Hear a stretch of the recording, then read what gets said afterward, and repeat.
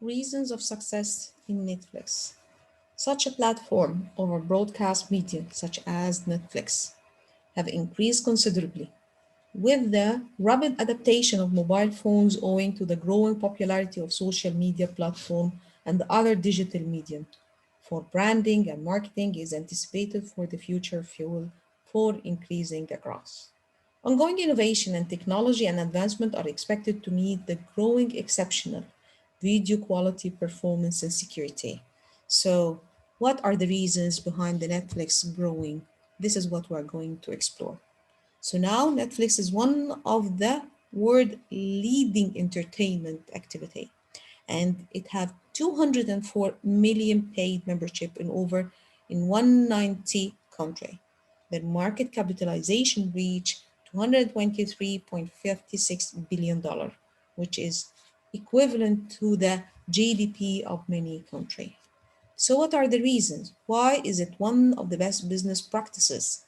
There can only be one, which is the Blockbuster that was existing, a DVD rental services in 1998, an online rival of the dominant Blockbuster video. No one will ever forget the story between Netflix and Blockbuster when in 1997 when Blockbuster was undisputed champion in the video rental industry until 2000 when Netflix started rising reaching 210 where Blockbuster was dramatically bankrupt. And this was clear in the data here where you can see it is the gross exceptionally for Netflix. But in 2010, Blockbuster dropped and bankrupt. Around the turn of century, Netflix introduced the subscription model, moving away from the single DVD rental. The idea was now that the subscription could not rent as many DVD as they could watch without incurring any extra costs or late fees.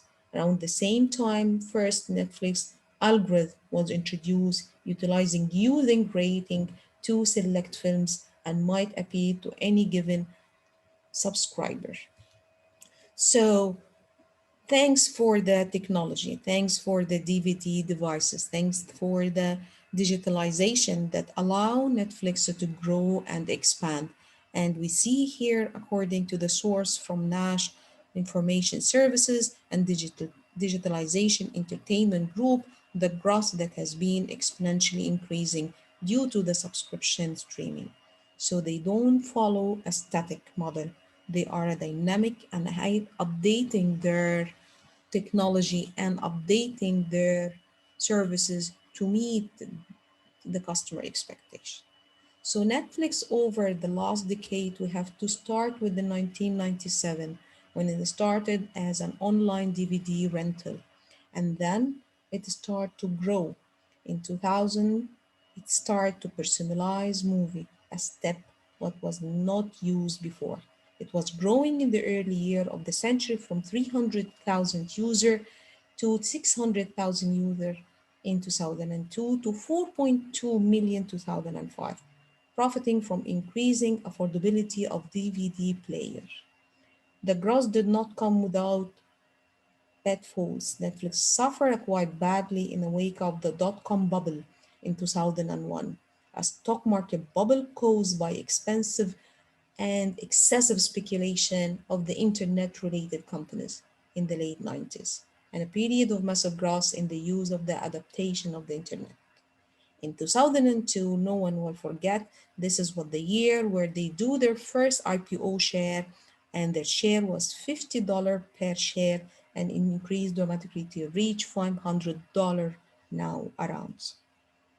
So in 2007, they go and expand and reach and 1 billion DVD and start to introducing the online streaming, which is a big shift for their growth. In 2009 and 2010, they expand and penetrate the market and go to Canada. Expand partner and go for expand partnership with a lot of PS3, Apple, iPad, and a lot of devices to make their services applicable, which give them a benchmark in the market. So the global video streaming market sizes start to increase In 2015 till 2009, it increased from 70.8 to 167.1 subscriber. In 2016, they received many awards such as Emmy Awards. So thanks for the innovations such as the blockchain technology and the artificial intelligence to improve video quality, which is expected to boost the market growth. The AI is playing an essential role in editing, cinematography, voiceover, scripting, and several other aspects of video production and uploading to their films. A snapshot to the world biggest streaming services, one analyzed by the numbers of subscriptions of November 2019. Also, at looking at quarter three in 2019, Netflix was comfortably in the lead at this stage, with over 50% of more subscribers than nearest the rival.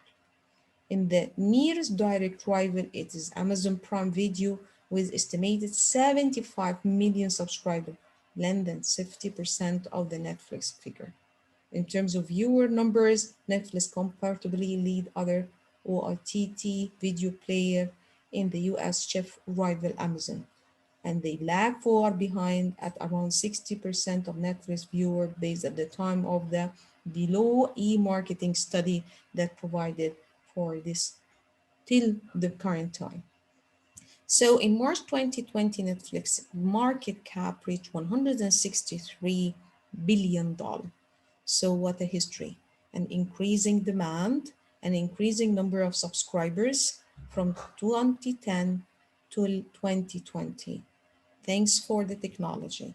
So when we dig deeper for the market forces and the supply and demand curves, we can have a look here that from quarter four 2018 till quarter two 2020, they provide a very simple price for subscription. Netflix demanded continue to increasing in numbers of millions of people. When comparison to the Prime subscription price, it was $9 and it was constant, keeping the market constant, looking for scalability, a value added to the value propositions for Netflix. So scalability is the ability of the system to grow to meet the company business needs. It is the ease with the supply of a production, service of process can be expanded to meet changing level of demand. With the digital product like one of Netflix sells, they do not need to worry about such a limitation. They have scalability. A system that scales well is one that responds to the change in demand by immediately producing more without suffering negative consequences, such as proper quality product or increased equipment breakdown. A company with a good scalability is one that is able to maintain or improve its profit margin, as we are going to see. So as you see, the increasing of the demand. So simply, Netflix has a product that is completely scalable. Investors love a business that have a scalability because they believe that as a company grow its revenue over time, this will allow an increase in the profit. Netflix stock prices increases, as we mentioned, and it doubled more than 37,000% since the company went to public IPO in 22 on 2002. On the other hand, this does not mean that, however, that their profit will continue to grow, as we mentioned, but there is a lot of pitfall. They have to invest heavily, which is one of the very challenging, and it's affect their free cash flow. So when we go to the market volume, as you see here in 2020, according to realgood.com, Netflix has almost 42% of the total streaming services consumer. Major competitor was Amazon with 22%. So they have the dominant strategy in the market. Streaming activity has been doubled in March and in April 2020. Statistics show that 51 of all the playback were logged during business hour. So it is incredibly increasing. So what are the reasons of this? They focus on their value proposition and their business model shows. They look for the content library. They didn't provide ads within the streaming, simple pricing, convenient and mobility, and on-demand consumption. in addition to the freemium strategy they applied while they stopped it recently, in addition to personalization and localization according to the place where they penetrate the market. So this business model canvas show us what are the value proposition that Netflix have. This is lead us to for the question, what is the market type? Netflix falls under the monopolistic competition market. Since they start providing more than 31,000 titles, providing variety of streaming, targeting all preferences, as you see here, reaching to all the streaming household. They are the dominant strategy in the market and they are the leading in 2020. So, do COVID 19 impact Netflix? What was their impact? Sure, it started by shock, but after November 2019, Netflix start to increase dramatically because of the lockdown. And then they are believer, the CEO was with hosting, believe that our membership growth has accelerated and our international revenue will be less because they are expanding. So as you see here, there are increasing 104% increase due to the COVID. Do this reflected on their financial ratios? Yes, in the liquidity ratio, we can see that the current ratio they have a liquidity situation in a well place. But in 2019, due to the operating costs and the investing, this is reflects in 2019 drop on the current ratio while they recover in 2020. One of the strategy as well that has been reflected to this liquidity, they are in need to liquidity, and this is reflect on the increasing of the debt percentage where they exceeded the 60%, but in 2020, thanks for the returns and the profit they achieved, they could overcome this debt. So it is very clear in 2015, 2019, there were the problem of over investing and over expanding. This is reflect on their free cash flow as we're going to see. So, do the company is profitable? Yes, it is expanding, it is growing, it is scalable. As you see that the net profit margin is increasing from 2012 till 2020, within return on asset in an increasing trend.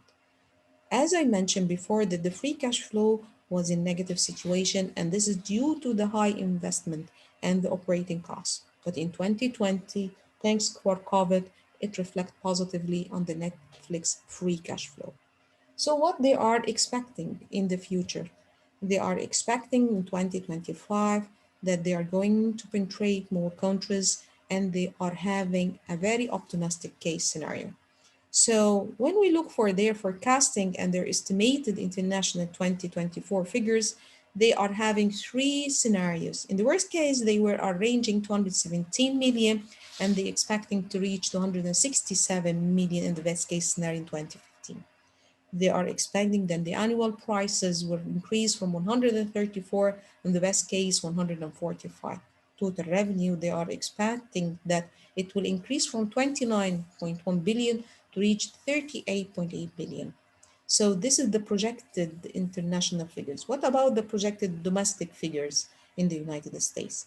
They are expecting to have more 10 millions between the worst case scenario and the best case scenario. And the total revenue they can increase from 14 billion to 17.2 billion. Combining all these numbers, we can expect that in the 5 years it will increase from 43 to 56 billion, representing a compounding annual growth ranging between 21 to 27.5. So these are the references. Waiting for your comments. I wish you enjoy the story of Netflix and thank you.